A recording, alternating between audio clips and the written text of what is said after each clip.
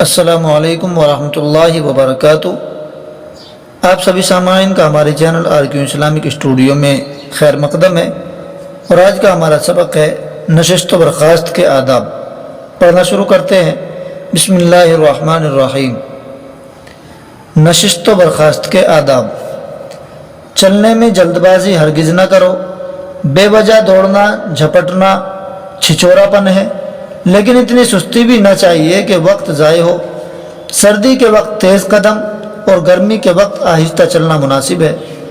شیخی سے اکڑ کر یا نزاکت سے مٹک کر چلنا رجالوں کا طریقہ ہے۔ جب چلو راستہ دیکھ کر چلو، بار بار پیچھے مڑ کر دیکھنا بے وقوفی ہے۔ سواری ہو تو ایسی تیز نہ ہانکو کہ کسی کو صدمہ یا تکلیف پہنچے۔ بیٹھو تو پاؤں پھیلا کر نہ بیٹھو، نہ کسی کی طرف پشت کرو، خاص کر بزرگوں کی طرف۔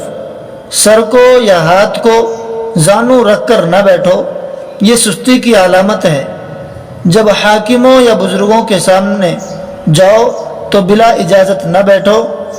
تپائی، کرسی، مونڈے پر نشست ہو تو پاؤں اٹھا کر نہ بیٹھو۔ کوئی بے فائدہ حرکت نہ کرو، جیسے ہاتھ ہلانا، ناک یا منہ میں انگلی دینا، کپڑے کو منہ میں لینا، انگلیاں چٹکانا۔ اگر جلسہ ہو تو انگڑائی، جمائی اور ڈکار لینے سے پرہیز کرو۔ بار بار تھوکنا بھی عیب ہے۔ ناک صاف کرنے کی ضرورت ہو تو اس طرح صاف کرو کہ حاضرین نہ دیکھیں، نہ آواز سنیں۔ آستین یا دامن سے صاف کرنا بے تمیزی ہے، اس کے لیے رومال چاہیے۔ جب کسی محفل، مجلس یا جلسے میں جاؤ تو ایسی جگہ بیٹھو جو تمہارے رتبے کے لائق ہو۔ اگر ناواقفیت سے بے موقع بیٹھ گئے تو جب معلوم ہو فوراً اپنی جگہ آہستگی سے واپس آؤ۔ اگر جگہ نہ ملے تو گھبرانا یا برا ماننا نہ چاہیے، چپ چاپ وہاں سے الگ ہو جاؤ۔ غیروں کے روبرو سوائے ہاتھ، پاؤں اور چہرے کے بدن کا کوئی حصہ نہ کھولو۔ ناف سے لے کر زانوں تک ہر وقت پوشیدہ رکھو، خواہ جلسہ ہو خواہ تنہائی، البتہ ضرورت کے وقت مضائقہ نہیں، جیسے غسل وغیرہ۔ غرض چلنے پھرنے، اٹھنے بیٹھنے میں کوئی حرکت ایسی نہ ہو جس کو دیکھ کر کوئی نفرت کرے یا کسی کو تکلیف پہنچے۔ ادب سے ہی انسان انسان ہے، ادب جو نہ سیکھے وہ حیوان ہے۔ جہاں میں ہو پیارا نہ کیوں کر ادب، کہ ہے آدمیت کا زیور ادب۔ نہ ہو جس کو اچھے برے کی تمیز، نہ وہ گھر میں پیارا نہ باہر عزیز۔ بٹھاتے نہیں بے ادب کو قریب، یہ سچ بات ہے بے ادب بے نصیب۔ یاد کرتے ہیں ہجے اور معنی۔ قریب اس کے معنی ہے نزدیک۔ رزالہ اس کے معنی ہے کمینہ، کمظرف، کمزاد۔ فوراً اس کے معنی ہے جلدی، اسی وقت۔ نشست کے معنی ہے بیٹھنے کی جگہ، بیٹھنا۔ زانو اس کے معنی ہے گھٹنا۔ اگلا سبق پڑھتے ہیں، زراعت کے متعلق ہے، پودے کے حصے۔ پودا تم نے دیکھا تو ہے؟ جی ہاں دیکھا ہے۔ اچھا بتاؤ تو صحیح، پودا کسے کہتے ہیں؟ چھوٹے اور ملائم پیڑ کو پودا کہتے ہیں۔ وہ کس چیز پر اگتا ہے؟ زمین پر۔ یہ پودا اکھیڑ لو، بتاؤ اس حصے کو جو پیلا ہے اور جس میں سوت کیسے ریشے ہوتے ہیں، زمین کے اندر، وہاں اس کی کیا حالت ہوتی ہے؟ بڑھا کرتی ہے۔ اچھا یہ بتاؤ جڑ کیا کام دیتی ہے؟ تم نہیں جانتے تو ہم سے سنو۔ ایک تو پودے کو زمین تھامے رہتی ہے، دوسرا کام اس کا یہ ہے کہ پودے کے لیے زمین میں سے خوراک حاصل کرتی ہے۔ کیا پودے کو بھی کھانے پینے کی حاجت ہے؟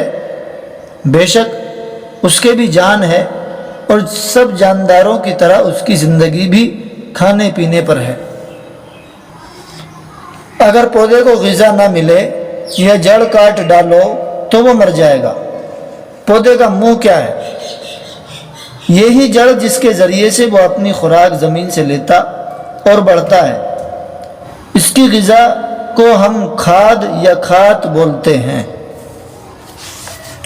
پودے کے حصے: جڑ سے اوپر کا حصہ جو زمین سے نکلا ہوا ہے کیسا سخت اور ہرے رنگ کا ہے؟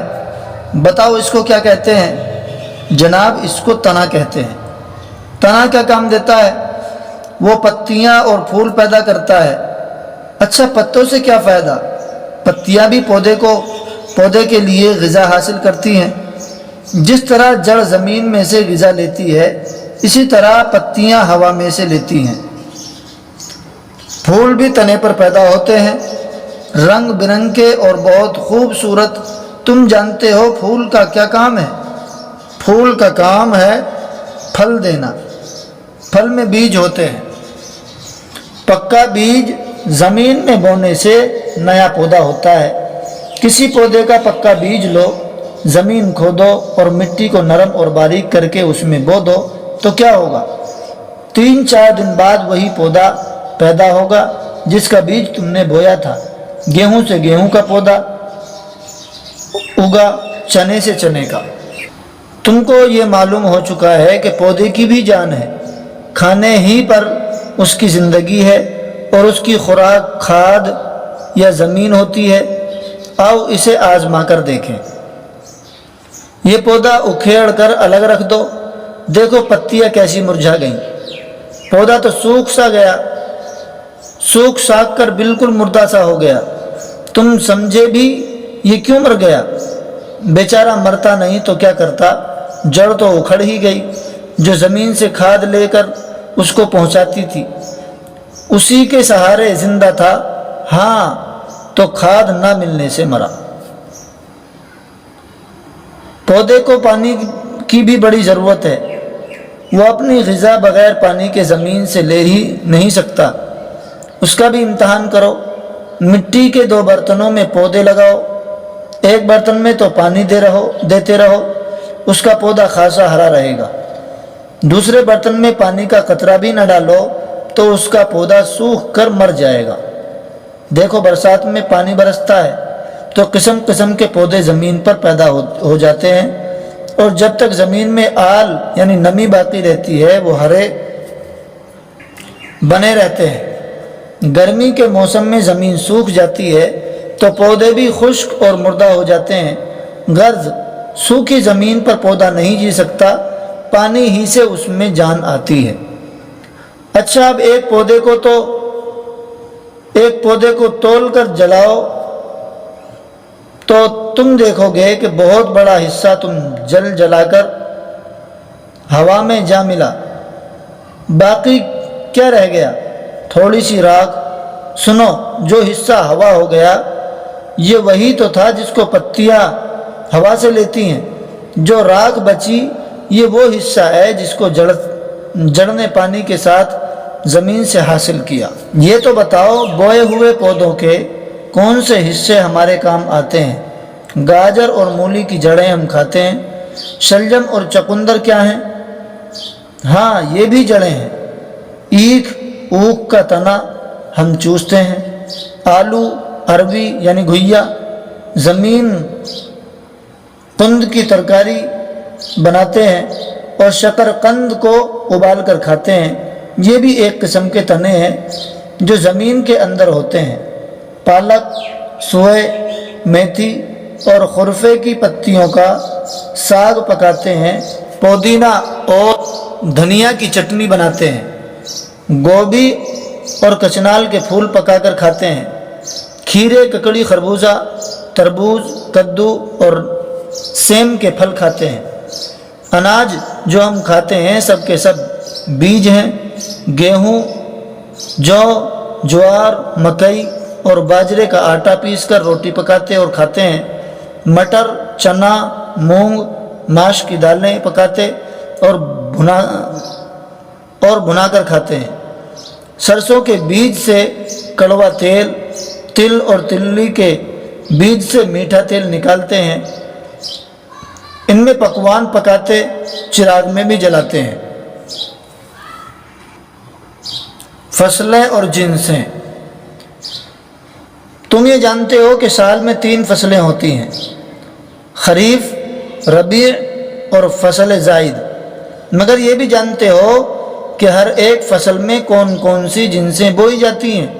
سنو، خریف کی فصل میں جو جنسیں بوتے ہیں ان میں ضروری یہ ہیں: غلہ، دانہ کی جنسیں، دھان، مکئی، جوار، باجرہ، کاکن، مڑوا، کودوں، دال کی جنسیں، ارہر، ماش، مونگ، موٹ، لوبیا، تلہن جن سے تیل نکلتا ہے، تل، تلی اور ارنڈی، ریشہ جن سے تاگا نکلتا ہے، کپاس، سنی، پٹسن، سن، رنگ، نیل، مصالحہ، ادرک، ہلدی، ترکاریاں، لوکی، کدو، ترئی، بھنڈی۔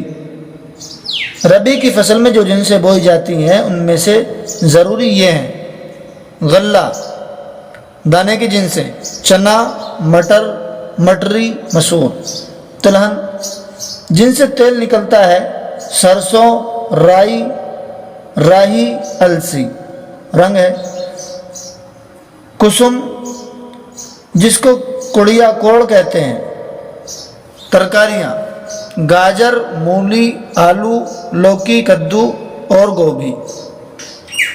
گرمی کے موسم میں جس کو فصل زائد کہتے ہیں، چواں، سالواں بوتے ہیں، ایکھ، اوکھ پوس میں اور کپاس کو پھاگن میں بھی کاشت کرتے ہیں۔ بہت سی ترکاریاں بھی بوتے ہیں، کھیرا، ککڑی، لوکی، کدو وغیرہ۔ تمت بالخیر۔ آج کا ہمارا سبق یہیں پر مکمل ہوا، اور خوشی کی بات یہ ہے کہ آج ہماری یہ کتاب بھی مکمل ہو چکی۔